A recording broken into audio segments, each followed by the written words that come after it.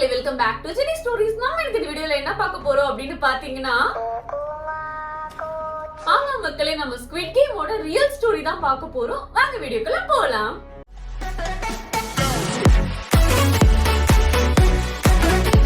College ஸ்டூடெண்ட்ஸ்லாம் camping போகணும் அப்படின்னு சொல்லிட்டு ஒரு ஃபாரஸ்ட்டுக்கு போறாங்க. அங்க போன ஸ்டூடெண்ட்ஸ்ல வந்து பாத்தீங்கன்னா ஒரு 2 பேர் வந்து ரொம்பவே அட்வென்ச்சர்ஸை வந்து விரும்புற பர்சன்ஸா இருந்திருக்காங்க. அதனால காட்டுக்குள்ள இன்டெப்தா போய் நம்ம எக்ஸ்ப்ளோர் பண்ணலாம், அப்பதான் நல்லா சுவாரஸ்யமா இருக்கும் அப்படின்னு சொல்லிட்டு போக ஆரம்பிக்கிறாங்க. அப்படியே அவங்க காட்டுக்குள்ள போயிட்டே இருக்கும் போது பேசிக்கிறாங்க, எனக்கு தெரிஞ்சு இவ்வளவு தூரம் இந்த காட்டுக்குள்ள வந்தது நம்ம தான் இருப்போம், ஃபர்ஸ்ட் டைம் நம்ம தான் போறோம் அப்படின்னு சொல்லிட்டு ஃபன்னா பேசிட்டு போயிட்டே இருக்கும்போது அவங்களுக்கே தெரியாம காட்டோட ரொம்ப ஆழமான பகுதிக்கு போறாங்க. அங்க வந்து அவங்களுக்கு முன்னாடி ஒரு பெரிய சுவர் இருந்திருக்கு. அவங்களுக்கு உடனே ஒரே கன்ஃபியூஷன், இந்த காட்டுக்குள்ள இவ்வளவு பெரிய வாலை வந்து யாரு கட்டியிருப்பா, சரி இந்த வாலுக்கு பின்னாடி அப்படி என்ன இருக்கும் அப்படின்னு சொல்லிட்டு பாக்கணும்ன்ற ஒரு கியூரியாசிட்டி ஏற்படுது. சோ அவங்க என்ன பண்ணாங்கன்னா சுத்தி முத்தி பாக்குறாங்க, ஏன்னா செவுத்து மேல ஏற முடியாது அப்படின்னு சொல்லிட்டு. அப்படி பார்க்கும்போது அவங்களுக்கு வந்து பின்னாடி ஒரு பெரிய உயரமான ஒரு மரம் தெரியுது. சரி ஓகே, இந்த மரத்து மேல ஏறி நம்ம அங்க இருந்து எட்டி பார்க்கலாம், அப்ப கரெக்டா இருக்கும் அப்படின்னு சொல்லி ஏறி எட்டி பாக்குறாங்க. அப்படி பார்த்து அவங்க அப்படியே உறைஞ்சு போய் நின்னுடுறாங்க. அவங்க ஏன் அப்படி உறைஞ்சு போய் இருந்தாங்க அப்படின்னு பாத்தீங்கன்னா, அந்த பெரிய சுவருக்கு பின்னாடி ஒரு மிகப்பெரிய பில்டிங் இருந்திருக்கு. ஆனா அவங்க ஷாக் ஆனதுக்கு அந்த பில்டிங் காரணம் இல்ல, அங்க நடந்த விஷயத்த பார்த்துதான். அப்படி அங்க என்ன நடந்தது அப்படின்னு பாத்தீங்கன்னா, ஆயிரக்கணக்கான மக்கள் வந்து ரொம்பவே மோசமான நிலையில வேலை பார்த்துட்டு இருக்காங்க. அவங்கள சுத்தி நிறைய காட்ஸ் வந்து அவங்கள கண்காணிச்சிட்டு இருக்காங்க. அது மட்டும் இல்லாம இன்னும் கொஞ்சம் பக்கத்துல சில காட்ஸ் வந்து சில மக்களை ரொம்பவே பயங்கரமா சாட்டையால அடிச்சிட்டு இருந்திருக்காங்க. அதனால அந்த மக்களோட அழுகுரல் வந்து இவங்களுக்கு இங்க வரைக்கும் கேட்டிருக்கு. சரி, அப்படி இந்த பில்டிங் என்ன அப்படின்னு பார்த்தோம்னா, சவுத் கொரியா புசான்ல 1970ஸ்ல பிரதர்ஸ் வெல்ஃபேர் சென்டர் அப்படின்னு சொல்லி ஒரு கவர்மெண்ட் அப்ரூவ் பண்ண ஒரு சேரிட்டி சென்டரா புசான் சிட்டில இருந்து தள்ளி ஒரு பெரிய ஃபாரஸ்டுக்குள்ள இந்த சென்டரை கட்டியிருக்காங்க. பப்ளிக்கை பொறுத்த வரைக்கும் இந்த சென்டர் வந்து ஒரு நார்மலான சேரிட்டி சென்டர் தான். ஆனா அந்த சென்டருக்குள்ள போனவங்க இதுக்கு அப்படி மாறுபாடான கருத்து சொல்லியிருக்காங்க. என்ன அப்படின்னு பார்த்தோம்னா, அங்க இருக்கவங்க அந்த சென்டர் ஒரு லேபர் கேம்ப்னோ ஒரு பிரிசன்னோ, அது மட்டும் இல்லாம பல பேருக்கு மரணத்தை ஏற்படுத்தின ஒரு இடம்னு சொல்றாங்க. ஏன் அப்படி சொல்றாங்க அப்படின்னு பாத்தீங்கன்னா, அந்த சென்டர்ல நிறைய ஃபெசிலிட்டிஸ்லாம் எதுவுமே அவங்க கொடுக்கவே இல்லை. ஒரு குட்டி ரூம்ல ஹண்ட்ரட்ஸ் ஆஃப் பங்க் பெட்ஸ்லாம் வச்சுட்டு thousands ஆஃப் பீப்புளை உள்ள தங்க வச்சிருக்காங்க. அது மட்டும் இல்லாம அவங்களுக்கு போதுமான உணவும் அவங்களுக்கு தரமாட்டாங்க. அவங்க கொடுக்குற கொஞ்சம் உணவை வந்து அவங்க ஷேர் பண்ணி சாப்பிட்டுக்கணும். சரி, இதுதான் ஒரு கொடுமை அப்படின்னு பார்த்தோம்னா, அவங்க போட்டுக்கிறதுக்கு கூட ஒரு நல்ல ட்ரெஸ் கொடுக்க மாட்டாங்க. எப்பவுமே ஒரே அழுக்கு ட்ரெஸ்ஸா தான் போட்டிருப்பாங்க. அப்படி சப்போஸ் அவங்க வேற ட்ரெஸ் போடணும் அப்படின்னு சொன்னா அங்க உள்ள இருக்கவங்களுக்குள்ளேயே அந்த ட்ரெஸ்ஸை அவங்க ஷேர் பண்ணிக்கணும். அப்படிதான் வந்து அவங்க வாழ்ந்து வந்துட்டு இருந்திருக்காங்க. இது மட்டும் இல்லாம இங்க இருக்கவங்க இந்த சென்டருக்கு வர்றதுக்கு முன்னாடி வெளியில அவங்களோட பேரால தான் அவங்கள ஐடென்டிஃபை பண்ணிருப்பாங்க. ஆனா ஒன்ஸ் இந்த சென்டருக்குள்ள போனதுக்கு அப்புறம் அவங்களோட பேரை வந்து அப்படியே மாத்தி ஒரு நம்பரை அவங்களுக்கு ஐடென்டிட்டியா கொடுக்கறாங்க. இப்படிப்பட்ட இந்த பிரதர்ஸ் வெல்ஃபேர் ஹவுஸ்க்கு வந்து மென்யூல் அதுக்கப்புறம் அவனோட தம்பி டேயூல் வந்து வராங்க. இவங்க யாருன்னு நம்ம பாத்துடலாம். இவங்க வந்து பாத்தீங்கன்னா ஒரு ஆர்ஃபன் சில்ட்ரன்ஸ். இவங்களோட அம்மா அப்பா வந்து பொலிட்டிக்கல் ப்ரொடெஸ்டுக்காக போய் அங்க காணாம போயிருக்காங்க. அதுக்கப்புறம் வந்து இவங்க ரொம்பவே கஷ்டப்பட்டிருக்காங்க. ஒருவேளை சாப்பாட்டுக்கு கூட ஸ்ட்ரீட்ல பெர்ஃபார்ம் பண்ணி தேவையில்லாத ஸ்கிராப் மெட்டல்ஸ்லாம் இருக்கும்ல, அதெல்லாம் சேல் பண்ணி அதுல வர காசை வச்சு அவங்க டெய்லி லைஃபை லீட் பண்ணிட்டு இருக்காங்க. அப்படி அவங்க வறுமையில வாழ்ந்துட்டு இருக்கிற டைம்ல ஒரு நாள் நைட்டு நல்ல மழை பெஞ்சிட்டு இருக்கு. அப்போ தூரத்துல வந்து ஒரு பிளாக் கலர் வேன் இவங்களை நோக்கி வரத பாக்குறாங்க. இவங்க கிட்ட வந்து அந்த வேன் நிக்குது. நின்னது மட்டும் இல்லாம அதுல இருந்து ஒரு 2 பேர் நல்ல யூனிஃபார்ம் எல்லாம் போட்டுட்டு இறங்கி வராங்க. வந்தவங்க இவங்களுக்கு வந்து ஃபுட் எல்லாம் வாங்கி கொடுத்து நல்ல ஒரு துணியெல்லாம் வாங்கி கொடுத்து போட்டு விட்டுட்டு என்ன சொல்றாங்க அப்படின்னு பாத்தீங்கன்னா, இந்த மாதிரி 3 வேளை சாப்பாடு, உங்களுக்கு போட்டுக்கிறதுக்கு ட்ரெஸ், நீங்க தங்குறதுக்கு ஒரு பாதுகாப்பான இடம், இது எல்லாமே நீங்க எங்க கூட வந்தா கிடைக்கும் அப்படின்ற மாதிரி சொல்றாங்க. பசங்களும் என்ன பண்றாங்கன்னா ஓகேன்னு சொல்லிட்டு அவங்க கூட போறாங்க. ஆனா அவங்களுக்கு அப்ப தெரியல, அவங்க லைஃப்லயே அவங்க எடுத்த ரொம்பவே மோசமான ஒரு பயங்கரமான தப்பான டிசிஷன் தான் அது இதுதான் சொல்லிட்டு இவங்க அந்த வேன்ல பேக் சீட்ல ஏறி போயிட்டு இருக்காங்க. அந்த வேன் வந்து பாத்தீங்கன்னா பல மணி நேரம் அப்படியே டிராவல் பண்ணி போய்கிட்டே இருக்கு. இப்படி போயிட்டே இருக்கும் போது பாத்தீங்கன்னா நல்ல டயர்ட்ல இந்த 2 பசங்களும் தூங்கிடுறாங்க. அந்த வேன் பாத்தீங்கன்னா சிட்டியை தாண்டி ஒரு ஃபாரஸ்டுக்குள்ள இன்டெப்தா போகுது. கொஞ்ச நேரம் கழிச்சு வந்து பாத்தீங்கன்னா மின்யூல் வந்து எழுந்திருக்கிறான். தூக்கத்துல இருந்து எந்திரிச்சு பார்த்தா அவன் வேன்ல இல்ல, இப்போ ஒரு ரூம்குள்ள இருக்கான். சரி ஓகே, நம்ம ஏதோ ஒரு இடத்துக்கு வந்திருக்கோம், அவங்க சொன்ன பிளேஸ் தான் வந்துட்டோம் போல இருக்கு, நம்ம தம்பி எங்க அப்படின்னு சொல்லிட்டு திரும்பி பார்த்தா அவன் பக்கத்துல அவன் தம்பி இல்ல. எங்கேயும் அவன் தம்பி டேயோல அவன் தேடுறான், பட் அவனுக்கு கிடைக்கல.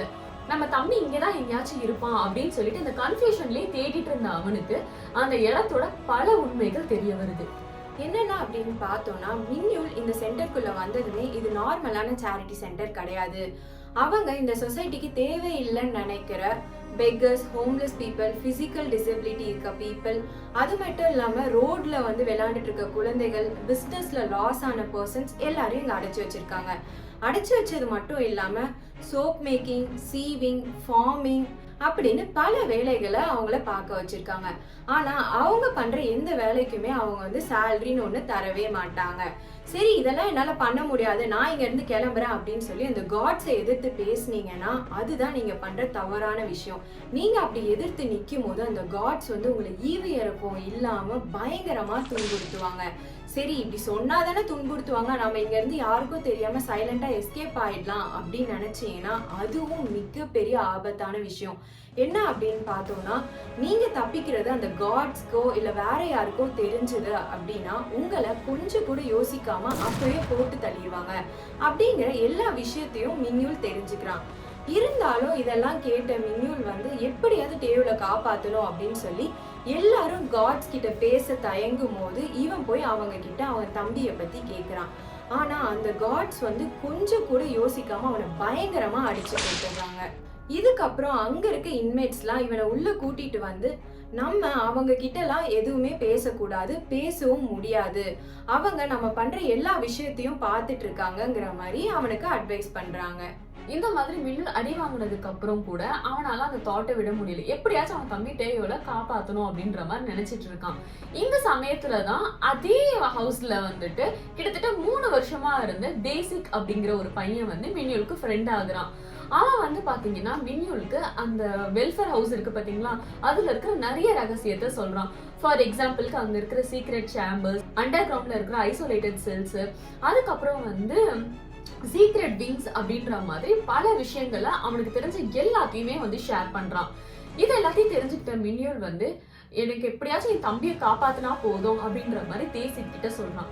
சொன்னதும் தேசிக் வந்து சரி ஓகே, என்னால முடிஞ்ச ஹெல்ப் வந்து உனக்கு கண்டிப்பா பண்றேன் அப்படின்ற மாதிரி சொல்லிட்டு அவனை வந்து யாருக்குமே தெரியாம அட்மினிஸ்ட்ரேட்டிவ் ஆபீஸ் இருக்கிற இடத்துக்கு கூட்டிட்டு போறான். அங்க போன உடனே அவன் தம்பிக்கு ரிலேட்டடா ஏதாச்சும் டீடைல்ஸ் கிடைக்குமா அப்படின்னு சொல்லிட்டு அங்க இருக்கிற ஃபைல்ஸ் எல்லாத்தையும் தேடுறாங்க. அப்படி அவங்க ஃபைல்ஸை தேடிட்டு இருக்கும்போது பாத்தீங்கன்னா அவங்களுக்கு ஒரு ஃபைல் கிடைக்குது. அது யாரை பத்தின ஃபைல்ஸ் அப்படின்னு பாத்தீங்கன்னா அங்க இருக்கிற டெட் பர்சன்ஸ்க்கு ரிலேட்டடான ஃபைல்ஸ். அதை ஓபன் பண்ணி படிக்கும் போது அதுல ப்ரொடெஸ்ட் பண்ண போய் காணாம போன மின்யூலோட அம்மா அப்பா பேர் இருந்திருக்கு. இவ்வளவு நாள் அவங்க அம்மா அப்பா காணாம போயிட்டு இருந்தாங்க அப்படின்னு நினைச்சிட்டு இருந்த மின்யூலுக்கு அவங்க அம்மா அப்பா இறந்துட்டாங்கன்றது ஒரு பெரிய ஷாக்கான ஒரு விஷயமா இருந்திருக்கு. அவனுக்கு ரொம்பவே வந்து சோகமாகுது. பட் அந்த டைம்ல தேசிக் என்ன சொல்றான்னா, நீ இப்ப வருத்தப்படுறதுக்கான டைம் கிடையாது, நம்மளுக்கு வந்து டைம் ரொம்ப போய்கிட்டே இருக்கு, உன் தம்பியை பத்தின டீடைல்ஸை நம்ம கலெக்ட் பண்ணணும், கடகடன்னு ஃபைலை எக்ஸ்ப்ளோர் பண்ணு அப்படின்னு சொல்லிட்டு திருப்பி ஃபைல்ஸை தேட ஆரம்பிக்கிறாங்க. அப்போ ஒரு ஃபைல்ல டேயோலோட நேம் இருக்கு. அதுக்கு கீழே வந்து பாத்தீங்கன்னா ரீஅசைன்மெண்ட் விங் 9 அப்படின்றத பார்த்து 2 பேருமே பயங்கரமா ஷாக் ஆகுறாங்க. இந்த விங் 9 சேம்பர் பாத்தீங்கன்னா ஒரு ஃபர்பிடன் ஜோன். ஈவன் அங்க இருக்க காட்ஸ் கூட அங்க போறதுக்கு ரொம்பவே பயப்படுவாங்க. இப்படிப்பட்ட அந்த சீக்ரெட் விங் 9 சேம்பர் எங்க இருக்கு அப்படின்னு பார்த்தனா ஒரு பழைய பில்டிங்க்கு அடியில இருக்க ஒரு அண்டர் கிரவுண்ட்ல தான். இதெல்லாம் கேட்ட மின்யூல் வந்து நம்ம தம்பி டேயூல அந்த மோசமான இடத்துல இருந்து எப்படியாவது காப்பாத்தி கூட்டிட்டு வந்துடணும் அப்படின்னு சொல்லி யோசிச்சுட்டே இருக்கான். இப்படியே ஒரு வாரம் போயிருது. திடீர்னு பாத்தீங்கன்னா ஒரு நாள் அந்த இடத்துல இருந்து சென்ட்ரலைஸ் கிச்சன்ல மிகப்பெரிய ஃபயர் ஆக்சிடென்ட் நடக்குது. இதனால இவங்களை கண்காணிச்சிட்டு இருந்த எல்லா காட்ஸும் வந்து அந்த நெருப்பை அணைக்கிறதுக்காக பரபரப்பா ஓடிட்டு இருந்தாங்க. இந்த சமயத்துலதான் டேயூல காப்பாற்ற முடியும் அப்படின்னு நினைச்சு யாருக்குமே தெரியாம மின்யூல் வந்து பதுங்கி பதுங்கி எப்படியோ அந்த சீக்ரெட் விங் 9 இருக்க இடத்துக்கு போயிடுறான். அங்க போனதுக்கு அப்புறம் பாத்தீங்கன்னா அவன் அந்த இடத்த பத்தி நினைச்சதை விட ரொம்பவே பயங்கரமாவும் மோசமாவும் இருந்திருக்கு. இந்த இடத்துல இருந்து சீக்கிரம் நம்ம அவனை கூட்டிட்டு வந்துடணும் அப்படின்னு சொல்லி உள்ள போயிட்டே இருக்கான். போகும்போது பாத்தீங்கன்னா இந்த பிளட்டு, ஸ்வெட்டு, அப்புறம் வந்து இந்த சீவேஜ் ஸ்மெல்லாம் ரொம்ப பயங்கரமா வருது. இருந்தாலும் எப்படியாவது காப்பாத்திடணும் அப்படின்னு சொல்லி ஒரே நோக்கத்தோட அவன் போயிட்டே இருக்கான். அப்படி போயிட்டே இருக்கும்போது பாத்தீங்கன்னா நிறைய குட்டி குட்டி சேம்பர்ஸ் இருக்கு. அதுல சில சேம்பர்ஸ் பாத்தீங்கன்னா ஃபுல்லாவே பேடடா இருக்கு, யாராலையும் உள்ள என்ன இருக்கு அப்படின்னு பார்க்க முடியாத மாதிரி இருக்கு. இன்னும் சில சேம்பர்ஸ்குள்ள ஃபுல்லா வைக்கோலா அடைச்சு வச்சிருக்காங்க. இன்னும் அவன் வேற சேம்பர்ஸ் கிட்ட போகும்போது அதுக்குள்ள மெடிக்கல் ஆப்ரேட்டிங் டேபிள்ஸ், சிசர்ஸ் அப்படின்னு நிறைய எக்யூப்மெண்ட்ஸ் இருக்கிறத பாக்குறான். இதெல்லாம் தாண்டி எப்படியா டேயுல தேடணும் அப்படின்னு சொல்லி தேடி போயிட்டே இருக்கும்போது பாத்தீங்கன்னா ஒரு சேம்பர்ல அவனோட தம்பி வந்து கொஞ்சம் கூட அசைவே இல்லாம பெட்ல செயினால கட்டப்பட்டு இருக்கான். இதை பார்த்த மின்யூல் வந்து அந்த கதவை எப்படியோ உடைச்சு உள்ள போய் டேயுல காப்பாத்த போறான்.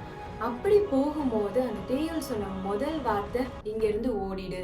பட் இது எதையுமே மின்யூல் பொருட்படுத்தல. எப்படியாச்சும் அவன் தம்பியை காப்பாத்தி இங்க இருந்து கூட்டிட்டு போயிடணும் அப்படின்ற தாட்ல அவனை டக்குன்னு அந்த சங்கிலியில இருந்து காப்பாத்தி அவன் முதுகுல தூக்கிக்கிட்டு அங்க இருந்து தப்பிச்சு ஓடி ட்ரை பண்றான். பட் லக் வந்து இவங்களுக்கு அந்த டைம் ஃபேவரா இல்லை. ஏன்னு பாத்தீங்கன்னா ஃபயர் ஆக்சிடென்ட்டை வந்து கண்ட்ரோல் பண்ணணும் அப்படின்னு சொல்லிட்டு போன காட்ஸ் எல்லாருமே இவங்க தப்பிக்கும் போது அங்க ஒரு அலாரம் சவுண்ட் கேட்டிருக்கு. அதை வச்சு அலர்ட் ஆயிடுறாங்க. அலர்ட் ஆனது மட்டும் இல்லாம எல்லா பக்கமும் தாறுமாறா சுடுறாங்க. பட் காட் கிரேஸோ என்னவோ தெரியல, இவ்வளவு அப்டிக்கல்ஸ் வந்தோம் அதையெல்லாம் தாண்டி இவங்க வந்து அங்க இருந்த ஒரு பைப் மூலியமா மேல வந்து இந்த பில்டிங்கையும் தாண்டி ஃபாரஸ்டுக்குள்ள தப்பிச்சு வந்துடுறாங்க. அங்க இருந்து ஊருக்குள்ளேயும் வந்துடுறாங்க. வந்ததுக்கு அப்புறம் அங்க நடந்த இன்சிடென்ட்ஸ் எதையுமே மறக்க முடியாம ஒரு ட்ராமாவோடையே அவங்க லைஃப் கடைசி வரைக்கும் லீட் பண்ணிருக்காங்க. இங்க நடந்த எந்த இன்சிடென்ட்ஸுமே அவங்க வெளியே யாருக்கிட்டையுமே சொல்லல. இப்போ இந்த பிரசன்ட்ல இந்த இன்சிடென்ட்ஸ் எல்லாம் பார்த்துட்டு இருந்த அந்த 2 காலேஜ் ஸ்டூடெண்ட்ஸ் குடுகுடுன்னு ஓடி போய் அங்க இருந்த ஆபீசர்ஸ் கிட்ட அவங்க பார்த்த எல்லா விஷயத்தையும் எக்ஸ்பிளைன் பண்றாங்க. இதை கேட்ட ஆபீசர்ஸ்லாம் 1987ல அஃபிஷியலா அந்த பிரதர்ஸ் வெல்ஃபேர் சென்டரை இன்வெஸ்டிகேட் பண்றாங்க. அப்படி இன்வெஸ்டிகேட் பண்ணும்போது பாத்தீங்கன்னா அந்த இடத்துல நிகழ்ந்த பல கொடுமைகளையும், மக்கள் வந்து ரொம்ப துன்புறுத்தப்பட்டதையும், அவங்க வந்து நிறைய வேலை வாங்கப்பட்டதையும் அவங்க வந்து எவிடன்ஸோட கண்டுபிடிக்கிறாங்க. கண்டுபிடிச்சது மட்டும் இல்லாம அந்த சென்டரை அப்பவே க்ளோஸ் பண்ணிடுறாங்க.